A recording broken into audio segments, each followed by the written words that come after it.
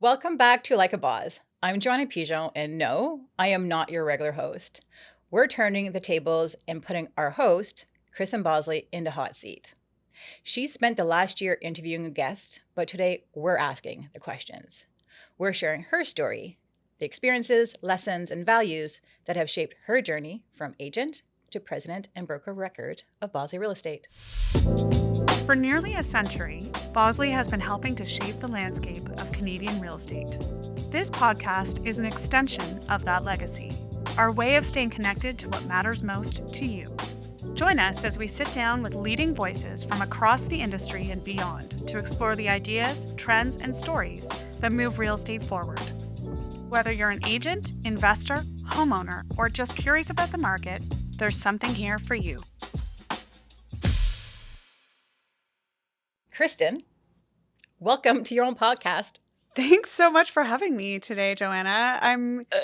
I don't really know what to think about this role reversal, but for those of you that don't know, Joanna is our producer and was the brilliant mind behind launching the podcast as a whole. So thank you for interviewing me. Yeah, this feels weird. Right? So it is weird. very strange. How does it feel being over on that side? I'm not loving it, but you know what? You seem to think it's valuable, so I always take direction from you. You do, and I thank you for that. You just kind of go with the flow. You just show up and you do it, and you always do it so well. Nothing about this feels natural. No. It's one of my lifelong business lessons. Do what you're told and do it well. I was going to ask, how does it feel to be the host? Because the reason why we're doing this today is because it's been a year. I know. That's insane. It's been a year. So super exciting.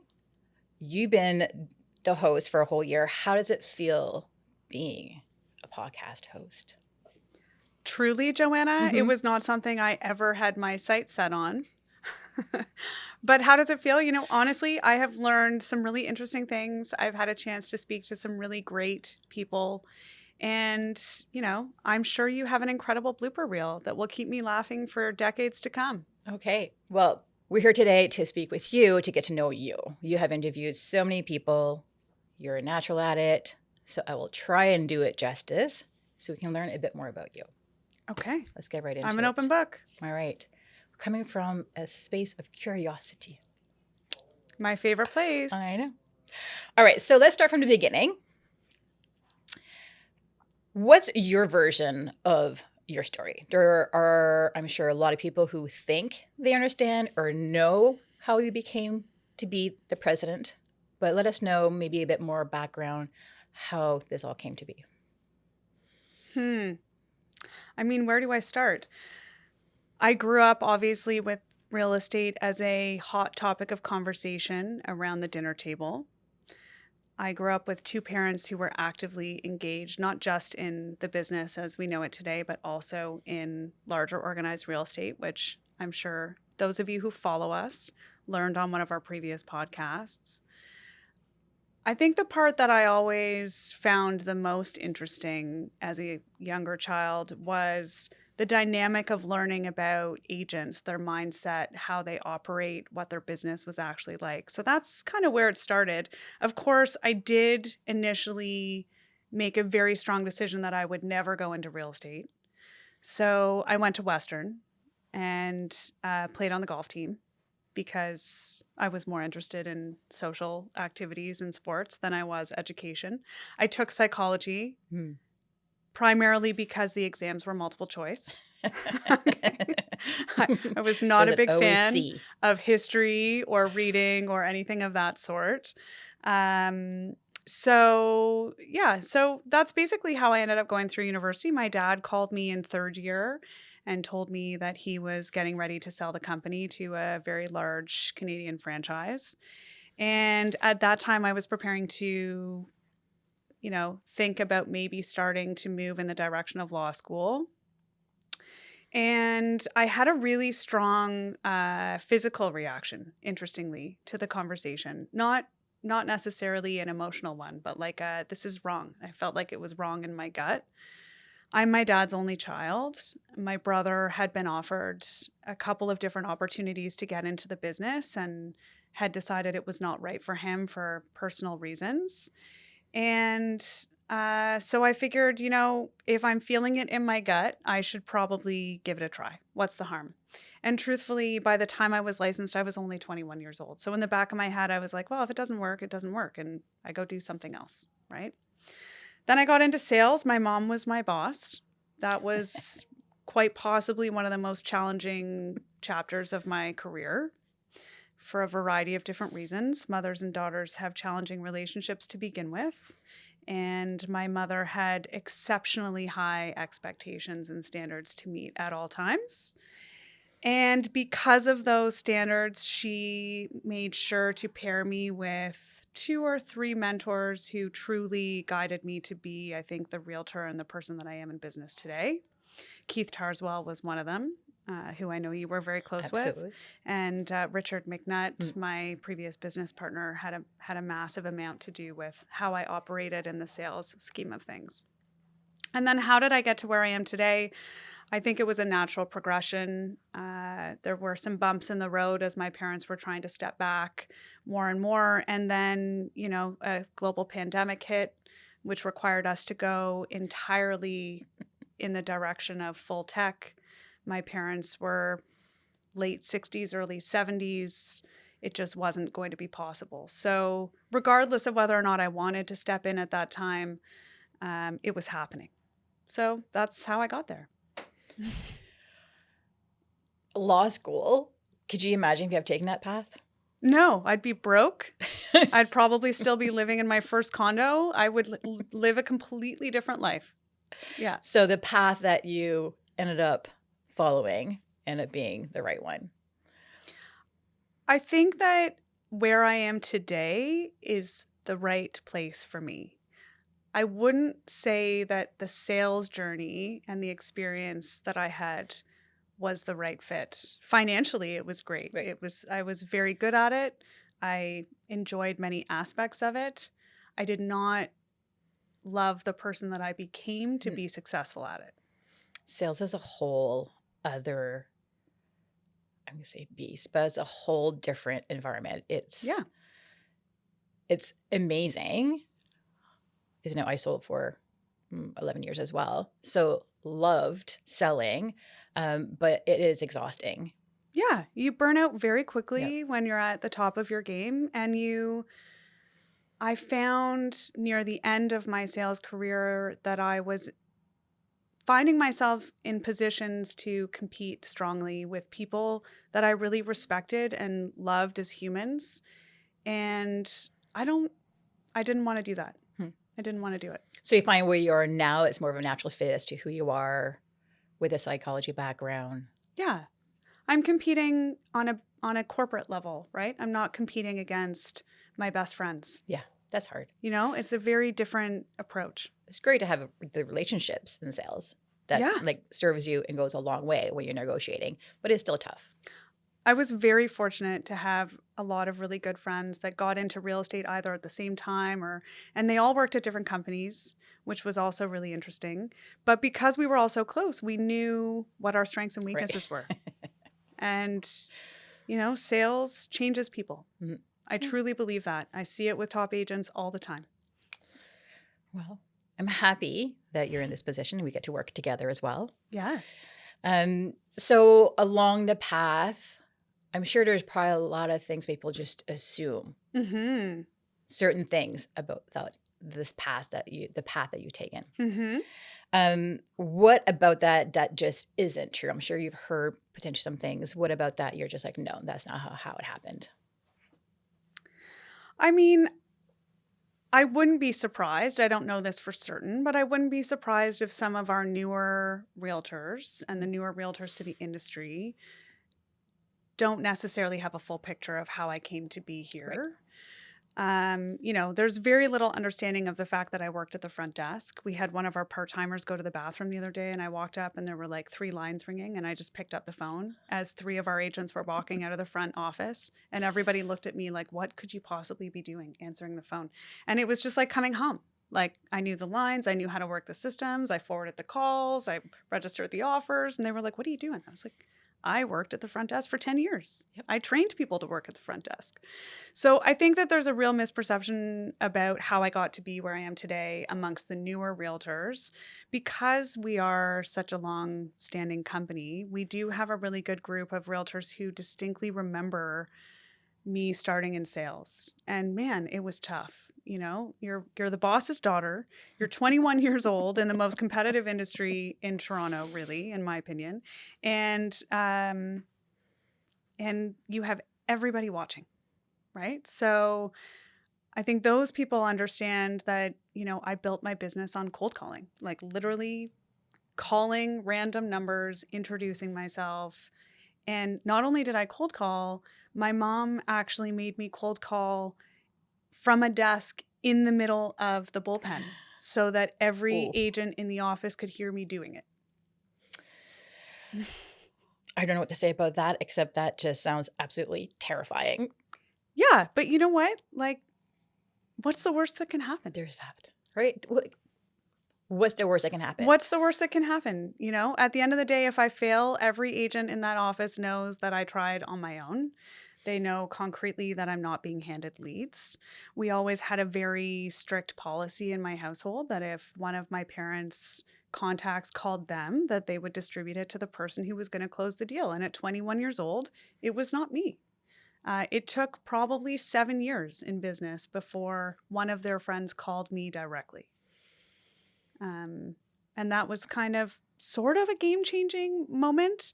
But truthfully, of the business that I did in my last 5 years in sales, maybe 4% of it came from my family's sphere of influence. So I saw you. I think you actually were at the front desk when I was selling at Danforth. Yes. So I saw the growth. I saw the journey. I saw the path. And even though sales may not have been the right fit, I think a lot of learnings from your sales, you actually do bring into our education and how to pass on those skill set that you did learn to our agents, which has been super valuable. So I think it's great that we actually get to see a bit more or hear about how your journey and your path was. So our newer agents and whoever our listeners actually do get to understand that you do know from the ground up. Right? Yeah. Knowing all the facets of running a brokerage, there's a lot of moving parts. Yeah, literally the only place I have not worked is in the financial Right. office, and everybody should be grateful for that. Yes. I feel like I've heard that once or twice. Yes, I still stand Maybe by every podcast it may have been mentioned. It is critically important that people know that Michelle runs the finances. Yeah. So I think a lot of people do have like an idea or they think they know who you are, but based on what you just said, what's the one thing that people would be most surprised to learn about you?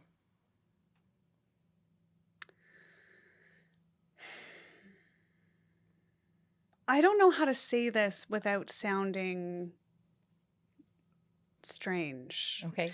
But I will be honest, I have done a lot of reflecting over the last 5 years.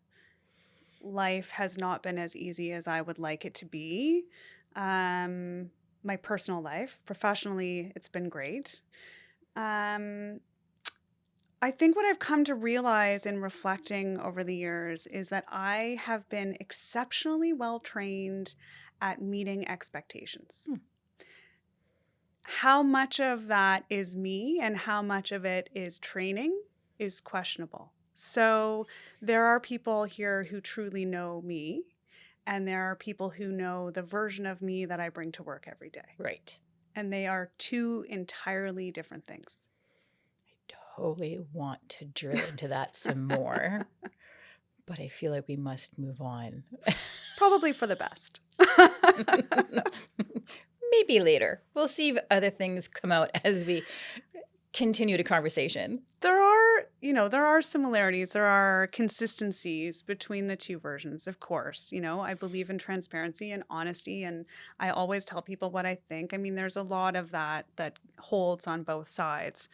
But, like when I go home, do not ask me to make any decisions, right? Like I will do what I'm told. It's easier that way. And I just want to relax. And there's all sorts of different things that I do in my personal life that, probably would surprise a lot of people. Potentially. But having your downtime at home away, that's the only way to recharge. Running a brokerage is, Yeah. like I said, a lot of moving parts, a lot of big decisions being made. So Mhm. having that downtime and having your personal life and keeping it personal is very valid. Yes. In In the woods, preferably. the woods, by yourself, with your Yes. family. Maybe. Okay. Depends on the day. Okay. Let's say yes for now. So over the years, and let's say from 10 years ago, is there a belief that you held on to so strongly back then that you completely changed your mind on? Honestly, I've been reflecting on this question, and I really don't think there is. Oh. I think that Tom and Ann instilled in me the real significance of making sure that everybody you are in a room with understands that they are valued and appreciated humans. And I think all of the different ways that I've learned to do that follow through in everything I do. And I don't know that there's anything beyond that belief that I've ever really dug my heels into.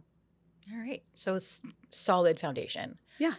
Love that. Really strong core values. Well, knowing your parents, I 100% believe that and seen that in action. So, yeah. Aw, that's kind of nice, actually. Thank you. Yeah.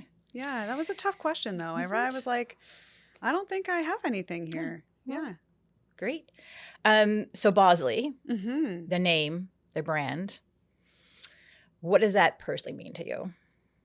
Well, interestingly, I think that kind of circles back to what we just talked about, right? So Bosley for me is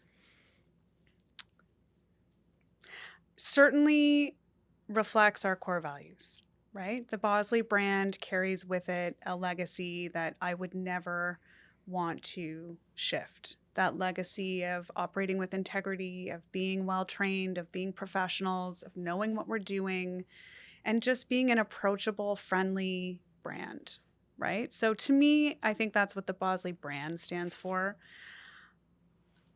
As I said, I did have the privilege of watching my parents grow up in it. I watched it with my grandfather and my great uncle. I've watched it with my dad.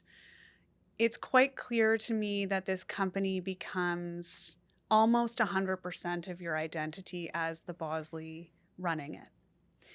And one of the things that I have always focused on, certainly over the last 5 years, is this can't just be my identity.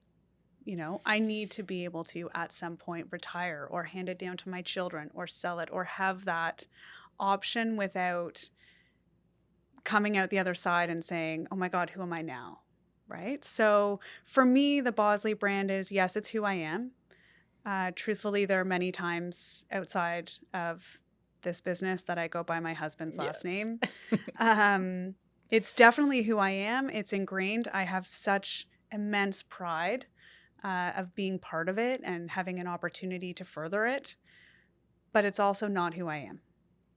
And I think that the values that support the Bosley brand are absolutely who I am intrinsically, but the company is not necessarily that. And I think that's very important. That's actually a really good point, because whether it's Bosley or I think you mentioned earlier with selling is just your identity. Yeah. Right? Just remember who you are, your foundation, your values. Right? So yes, Bosley has that, but you as a person, you have to remember who you are to stay grounded. Absolutely. And I think that goes back to the, Christan at work that meets expectations and keeps everybody elevated as much as possible. And then there's the Christan at home, which is, I spend a lot of time reflecting on my purpose and what I'm here to do and how I want to make people feel, how I want to be remembered at the end of my life. And truthfully, I think that that's probably unique for my family at some point. I don't know how to finish that because that was just so well said. Thank you. And I'm not even going to cry about it like I normally would. A little tear? I'm You're holding it back. Holding back a little bit. It was so lovely to hear that, actually. So thank you for sharing. So we're going to move into the evolution from agent to president. Okay. So if you look back, and we did touch on your sales career, and going back as to what that looked like and what did you get completely wrong during that sales career, and what did that teach you? Yeah. Listen, I think I've indicated quite clearly I was a completely different person when I was in sales. Mm-hmm. Okay. I am strong, type A, dominant personality. I take up the air in every room I walk into. I am the most competitive person you will ever No. meet. Losing was not an option.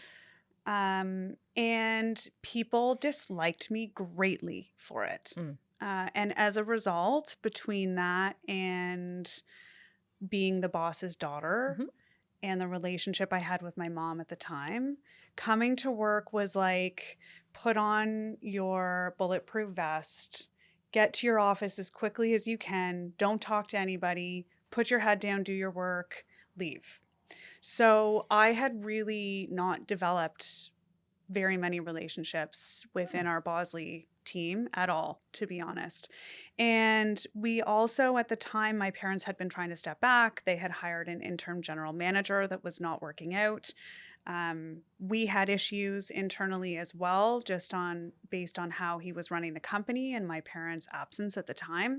So there was a lot of strife. And I would say the last 3 years of my sales career, I spent a great deal of time just putting my head down and staying out of the fray. And that made things really difficult when I was all of a sudden like, my dad let the GM go. He gave me 4 days notice before it was like, oh, you're done with sales and now you're here. And truly, I'll never forget it because I had just bought myself a new set of golf clubs and I was like overjoyed. I was going to spend all summer golfing. And I was walking to work at our previous Glen Forest location, and I got a call from my dad saying, well, you start on Monday. And I think it was Wednesday. 4 days. Yeah. Okay. And I was still selling. I was in the top 5 of the company at the time. I was like, well, I had 2 young children at home. It was a moment for me, for sure. And one that I was like, okay, well, I'm either going to make it or break it, right? Like, obviously, he knows where I am. He's prepared to take the risk. So we'll see how that goes. But I mean, I had to go and run my first meeting, taking over an office where the GM had been removed. So people had feelings about that. Then the boss's daughter is stepping in and, oh, she's still selling and she's wrapping up her career. And oh my God, she is literally like the most unkind person in the world because I had not talked to anybody for years. And so, yeah, I would say that was a real pivotal moment for me of, I maybe should have thought to the future of what this transition was going to look like and tried to make more of an effort instead of putting my head down and focusing on my family and my sales career. I missed that point. Oh, I had no idea. Mm-hmm. Because you're a people person. You like to interact. You like to connect with people. So that comes as a bit of a shock. I connected very well with my clients.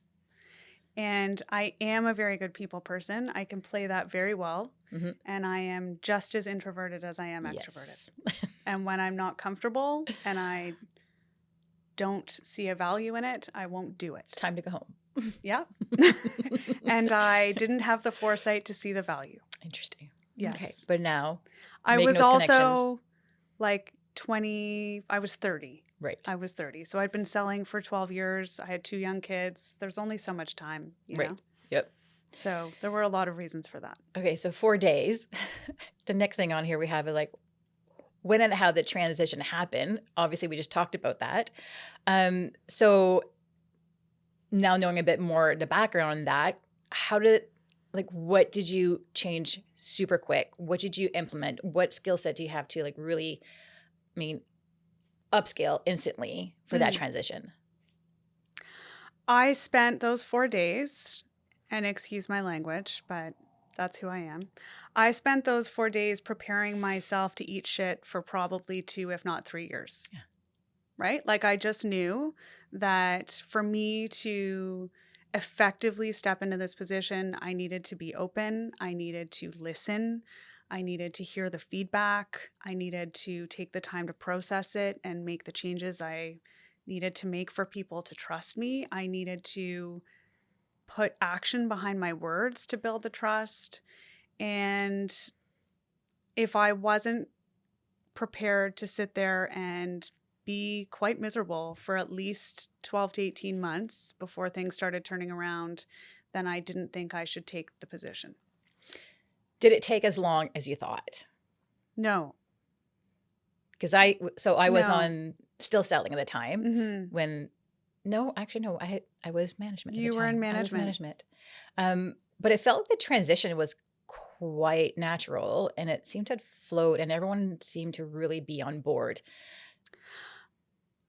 There were some things that happened in the background that I truly didn't understand until a short time ago, right? So things that I didn't understand, David Fleming, our number one agent, had been pushing Tom to make the decision along with Patrick Rocca, who was our number two agent. So I had the support of at least half of our executive committee, which I definitely did not realize at the time. I also failed to recognize I knew it. Part of my problem with the previous GM was the lack of consistency in the core values, and the company in a very short period of time turned from a family, beautiful culture company to a much more corporate company. Right.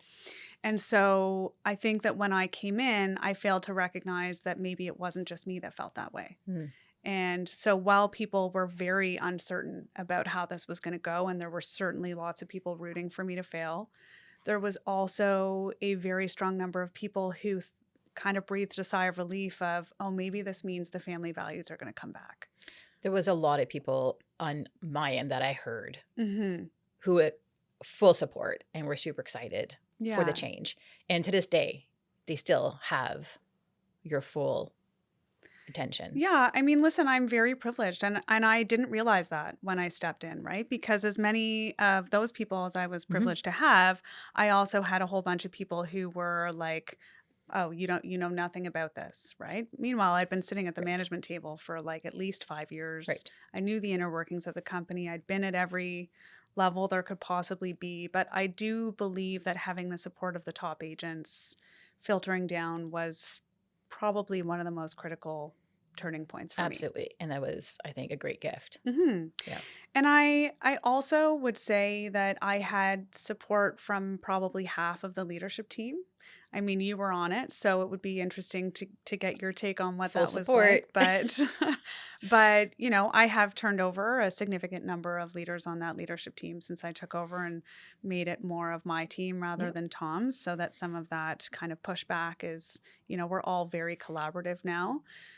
But I would think that would be a very hard transition for the leadership team as well, because many of the people on the team at that time had seen me grow up through the company since I was 5, right? Like I started working in the company when I was 5, and now all of a sudden it was like, well, hold on, now you're my boss? It's like, yeah, no, it's uncomfortable for me too, actually. Right. Yeah. But I think your approach to it as well was very much collaborative, more like, let me hear what you have to say. It was never just do as I say, right? No. Or like, do what I tell you to do. So I think that in itself kind of shows who you are as a person and your leadership style to get to where you are and have a team that is working together to get to like the collective. And I would say that I learned that skill in sales. For sure. Because I went into sales like every new agent goes into sales, desperate for the sale. I'm working for you. You tell me what to do. Like I was an order taker. And it took me that kind of 5 to 7 years under my belt to be like, oh, no. I need to actively listen. I need to understand what they want. We need to meet in the middle. This is a partnership. In order for things to be successful, everything needs to be a partnership. There really is nothing that bothers me more than when somebody calls me their boss. Oh. Like it just drives me nuts because I'm like, no, we work together. Right. Like I'm not doing this by myself. You shouldn't be doing your role by yourself. We work as a team. Right. Well, it's felt. Oh, good. Yay. Love that. Keep going. Yay. And I'm highly inappropriate, so people tend to laugh a lot. It just makes it more endearing, kind of more relatable. So you can show up to work and actually enjoy going to your work environment versus like, okay, I better watch what I say or do, right? Yes, obviously you're at work. However, be able to show up at work, enjoy what you're doing and have fun while you're doing it, I think is key. And I think through all previous family Well, that's one of the values that's been passed down, 100%. right? And Yeah. I think that was lost in the previous interim, is that have fun and make money. And Yeah. if you're not having fun, we're going to change it. Yeah. Yeah. Just Tom You all can't the time. you can't be successful in what you're doing if you're not enjoying it. Then becomes a job. Yeah. Right? No. We're not here for that. No. So you did mention about maybe some people not having their full support. Is there at any point in time where there was maybe some feedback that was maybe not so kind or not as positive that maybe came as a surprise, but was actually fair?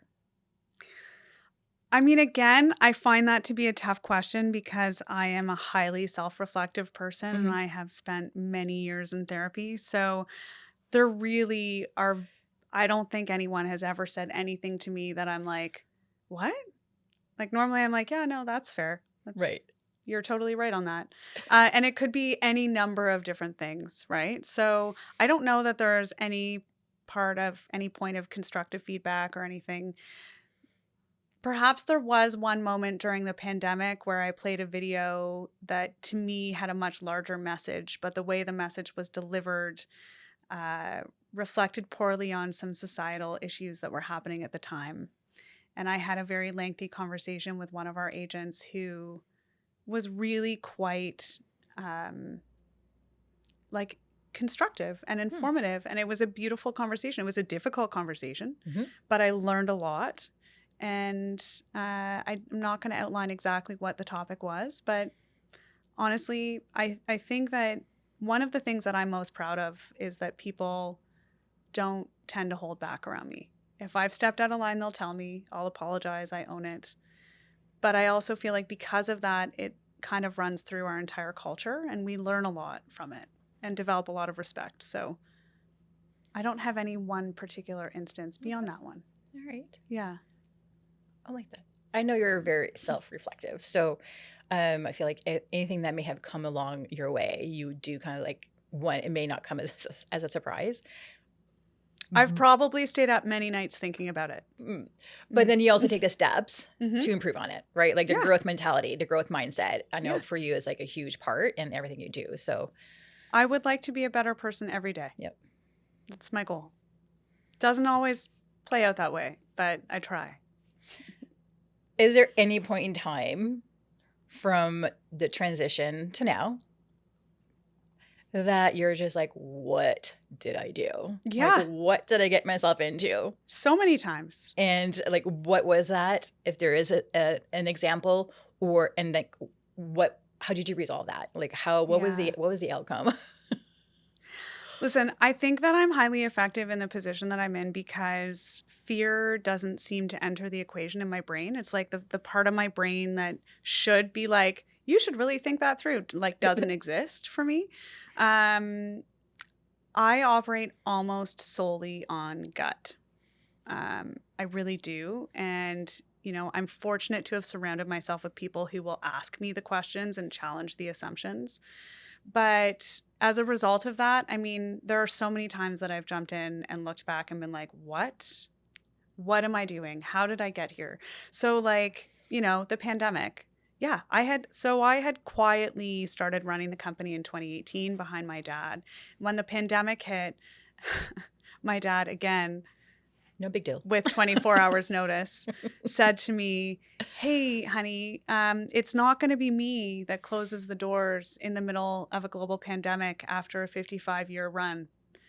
So over to you, and it will be announced in Real Estate Magazine next week. Bye.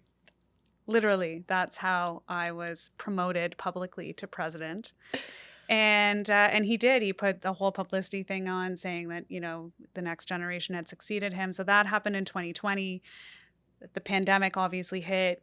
We weren't sure whether we were going to be deemed essential or not. And I'm sitting there holding the bag with 5 buildings and 300 agents and my dad who's like, good luck. Have fun with that. Tell me how to work Zoom, So yeah, that was terrifying and exhausting. And I honestly, as everybody's at home learning how to make sourdough, I don't think I've ever worked so hard in my life. I would say the second time I had that was the Trillium West acquisition. Mm. I had worked on that for probably just over 2 years. And after the acquisition closed, my mom passed like 2 weeks after it was announced. And everything that we had planned, I couldn't execute on for a variety of different reasons. And I do recall waking up one day saying, maybe I should just backtrack a little bit here. But at the end of the day, that's just not who I am. I made a commitment. I made a commitment to the people there. I made a commitment to my team here. And, resiliency is important. So we just keep going and hope it works out. Yeah. Well, I mean, you had a vision, you have a plan. Absolutely. And, things usually work out how they should. And having a team out there is a great value to massive us here and vice versa. Yeah. I think it's, that acquisition in particular, I found difficult, obviously, because of personal circumstances, but also we're a family company. And to me, that means that I want to know our agents. Right. And I couldn't spend the time that I wanted to spend out there to get to know and build trust and, get everybody moving in a really good, positive direction. So it's taken a bit longer than I was hoping for obvious reasons, but we're there now and it's exciting and, I'm looking forward to the future. And I think that kind of goes into the next section we have here on the leadership and culture component of it. And one thing that is always mentioned or said is that the agent is our client. Like, what does that mean? And what does that actually look like in practice? Okay. Well, when I first took over, there was always this dichotomy between, who is our client? Is it the client of the agent or is it the agent? And I found that at every conversation we were having, every juncture where we were trying to move forward, there was this push and pull between who's our client, right? And so eventually, my multitasking brain was like, I have too many things I want to do for these people and too many things I want to do for these people, and I can't bring it to one direction. So at some point, Michelle and I looked at each other, my VP of finance, and just said, you know what, enough. The customer is the agent's client. And yes, we need to have enough brand recognition and brand presence for the customer to feel confident in the brand. But at the end of the day, I want our brand to stand for really professional agents who are well-trained, who can do their job with confidence and with all of the services and products that we can provide them to help build their business. So, one of the things that I always say to agents is when you join us, it's not about leads. We're not giving you leads. Go to property.ca. That's not our business model. We teach you how to build, grow, sustain and succeed your business all the way through. And because we are 98 years old, we have so much experience with agents who truly, we lovingly call it the Bosley Vortex. They come in and they never leave. And we're in many respects, very lucky to have that. In many other respects, those agents tend to be challenging because they don't know any different. But to me, that's what it means. My goal is to provide everything possible to our agents to help them succeed in achieving their goals. And also, I think that just creates that culture. It goes back to the culture and also the wealth of information that is shared, right? That collaborative environment. And I think that's a huge part of it. And also, I have mentioned that I'm a little competitive. I do believe that you are who you surround yourself with. And people who are meeting their goals and succeeding in life as they have planned want to be around people who are doing the same thing. Absolutely. Yeah. Especially in this environment, it's kind of the people you want to be surrounding yourself with. Yeah, absolutely. So as Bosley has grown and growing, with going outside of Toronto, now we're in Niagara region, Collingwood, Southern Georgian Bay, now in Kitchener, Waterloo, Guelph area.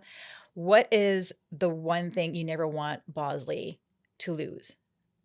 So hands down, the culture, the family feel. So while the company has grown bigger now that, I am starting to hear the sentiment of, we're bigger, we're we're growing too big. Like, we hear that every once in a while. To me, it's about fostering that family culture in every individual branch. So I believe that that's really strongly important. I never want to lose that. I also never want to lose the ability for me to walk into a room and know everybody's name. And I mean, I will get older at some point and that will become challenging. But, it's not that I know everybody's name. It's that I know most people, like, 85%. I know their stories. I know what motivates them. I know about their family. I know about what their goals are. I know about where their pain points are. And, at some point, I recognize that that does become unsustainable for me, but it's an important part of what it means to be part of the Bosley family, right? That we care enough to not just know your name, that we want to know what makes you tick. Well, it's what makes Bosley Bosley. Mm-hmm. It's what we're known for. Yeah. And truthfully, I have such an incredible leadership team that, in the instances where I do go into an office, I will run into the manager first thing and the manager will say X, Y, and Z about this person and this person and this person so that I can at least go up and say, congratulations on your baby or congratulations on that deal. Because to me, it's about making that person feel valued and appreciated, right? And it's those little things that make a big difference. The personal touch, right? It's all about the human connection. Absolutely. And as we grow and making those connections, recruiting agents in the future, whether it's here or just in general, what qualities do you think matter most for agents? There's only one quality that matters. Well, two. The first one, in my opinion, is emotional intelligence. Like, if you do not have emotional intelligence as we continue to move into the future of what this industry looks like, honestly, I'll just sell my house with AI. I think emotional intelligence is the most critical skill you can have, followed very closely by an open growth mindset, because you can't just focus on the real estate transaction anymore. The real estate conversation needs to be a much bigger part of a larger portfolio and client goal conversation. And that requires you to know a lot more outside the transaction, right? It requires you to understand how to dig into what your clients' goals are, what their future looks like, how this purchase can help them get to their next purchase 10 years from now, right? And, if we're not providing that level of foresight and consideration, then, there are going to be flat fee realtors that can do the transaction, or lawyers that can do the paperwork, or AI that can, do it for free. That's not why you're going to hire a realtor now or in the future, in my personal opinion. Well, it's still an emotional transaction. Absolutely. Right? So that will never go away. Humans will still be humans. And making those connections are way more important in today's world. 100%. Right? So if anyone wants to tap into something, like, focus on that. Yeah, 100%. And I do think that if we're focusing on the people that have emotional intelligence, they're going to fit into the culture because they're going to be able to read a room. They're going to be able to fit in with all different types of people. Right. Like that, I kind of commented about my ability to meet expectations. I am the ultimate chameleon, no matter who I'm sitting in front of, because that's what I learned in sales. And you have to be able to present yourself that way to be comfortable in front of anyone you're sitting in front of, right? Right. So what does success mean for you today? I mean, from a company perspective, it means that we are the number one independent in every region we operate within. And to me, that comes down to, yes, market share, because we are a business, but it also comes down to the agent sentiment. If you're an agent in that marketplace, I want you to always consider interviewing with Bosley, because it wouldn't be an option not to, right? And you might not always decide to join us, but you would certainly never make a move without exploring it. So that's what success means to me from a business standpoint. From a personal standpoint, success is just peace of mind and being content with what you have and not constantly yearning for more. That's what I would say. And I think that would just continue moving forward in your journey, your path. Yes.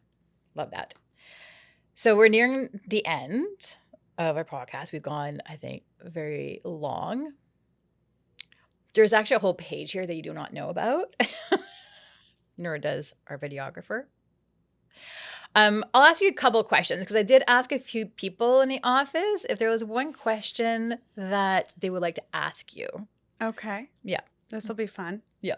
You can guess who maybe some of these questions came from. Okay. But one was, walk us through a day in the life of Christan Bosley. If you can say it's just like one short sentence. One short sentence. Me and them. So I start my day with me always in silence. I meditate for 20 minutes. I exercise. I focus on taking my supplements and eating my protein and all the things that you need to do to stay healthy and grounded. I get about an hour and a half of that in my day, period. And then the rest of my day is about everybody else. It's about my kids. It's about my family. It's about my family here. It's about making sure that the people in my world have what they need to succeed every day. And then I go to bed. Okay. And do it all over again. But you start with making sure your well is full. I put my mask on first. Great. Yes. Excellent. Okay, next question. What would you tell your 30-year-old self? Run. Into the woods and never come back. No, I'm joking. With or without a family. TBD on that. No, at 30, I would have already had my kids. I certainly have no regrets there. I have a beautiful family. But no, it's really tough. It's tough. And it's tough to balance business and personal life. So I think that if I were to look back on my 30-year-old self, I don't know that I would do anything differently. I'm very proud of where we are today. But I would try and find some more time to rein back my competitive spirit a little bit to allow me to enjoy a bit more balance. Interesting. Mm-hmm. Okay. Another one, the biggest leap you've taken.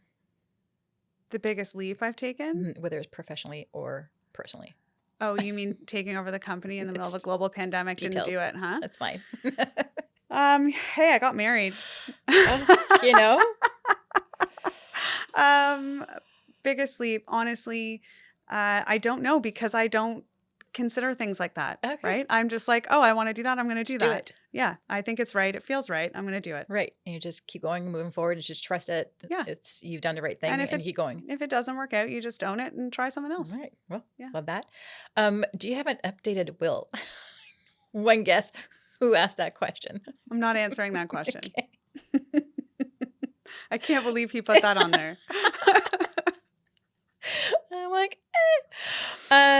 okay, so I think one of the other ones we've kind of already touched on, so we'll move on to your favorite part. So I'm going to start with your favorite question. I'm surprised you can't answer these questions for me. I might be able to, but I want to hear them from you. Okay. First question, I know you absolutely love to ask, what brings you joy? So many things. This is the problem. I can't sum it down to one thing.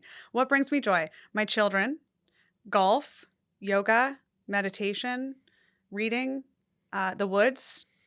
Many different things bring me joy. Yeah, I'm going to leave it there. Okay. My friends, my colleagues, I have a massive... lots of joy. I have a massive community. I have so much joy in my life. I'm really, really privileged. That's great. Yeah. That's, very rich in life. It is. All those things. It really is. Yeah. Next question, and you did touch on it. You love to read. What is on your reading list? What are you currently reading? That's a great question. I can see it. I couldn't tell you the name of it. Oh, I'm like, is it here? No. Where we meet can see it. I'm a visual person, obviously. I can see it. It's orange. It's on leadership. Actually, our very own Tina Sibold gave it to me. It is next up on my reading list. I am also always reading 3 books at one time, and I have an e-reader, so please don't ask me the titles because I have no idea.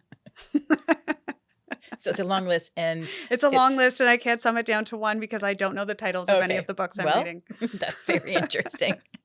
I will say, though, that, as you know, we have a book club.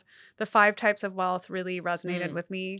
And Deepak Chopra, who I hesitate to mention, because of recent events, which is traumatizing for me in a variety of ways, his book on perfect health also resonated with me.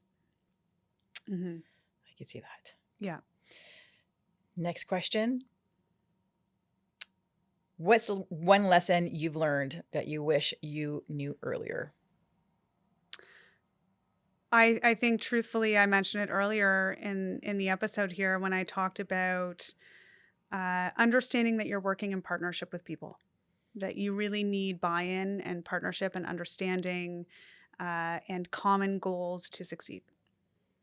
And I think if I had known that earlier in my sales career, maybe I would have stayed in sales. I certainly would have been much more successful out the gate. Mm-hmm. Last one. If you're asked to give a TED Talk, what's your topic? Resilience. I would give a TED Talk on resilience, on the importance of routine and getting out of bed every day and working your way through whatever it is you have to work through. I feel like that'd be a really good one. I feel like maybe we should actually do that one. Call it a Bosley Talk? I don't know. Throwing it out there. I'd have to share a lot about my life to do that. TBD. I think resilience is, this is the type of business where your personal life bleeds in a lot. And I'm fortunate to have a huge community here that is well aware of my personal life because we share a lot together. But the support and ability to be resilient as a result of that support is something that I could probably spend a lot of time talking about. We're at the end. Thank you. Thank you. I hope that was everything you were hoping for today. That and more. Learned quite a few things. Thanks for being a good sport, letting us take over your podcast, and for sharing so openly. Like I said, open book, but I think a lot of people learned a lot today. You did. Your look of shock was... Just a couple of things. I was like, all right, good to know. Yeah. I thought I knew most of these answers. A couple I didn't, so I was quite curious about them. And I'd like to thank our listeners for tuning in today. And I don't know, do you want to do the sign off? Do you want to do it together? Let's do it together. Okay. What are we supposed to say? I don't know. I think we're just saying thank you. Where's the teleprompter? It's not there. Look, it's written right here. Thanks for joining us on this episode of Like a Boss. Don't worry, she'll be back next time. Until then, thanks for listening. Thanks so much. Bye for now. Bye for now. Thanks so much for tuning in. If you enjoyed today's episode, be sure to subscribe, leave a review, and share it with someone who might find it valuable. We've got more conversations coming your way with incredible guests across design, finance, wellness, tech, and more, all through the lens of real estate. A special thank you to our set design sponsors, Stage Right.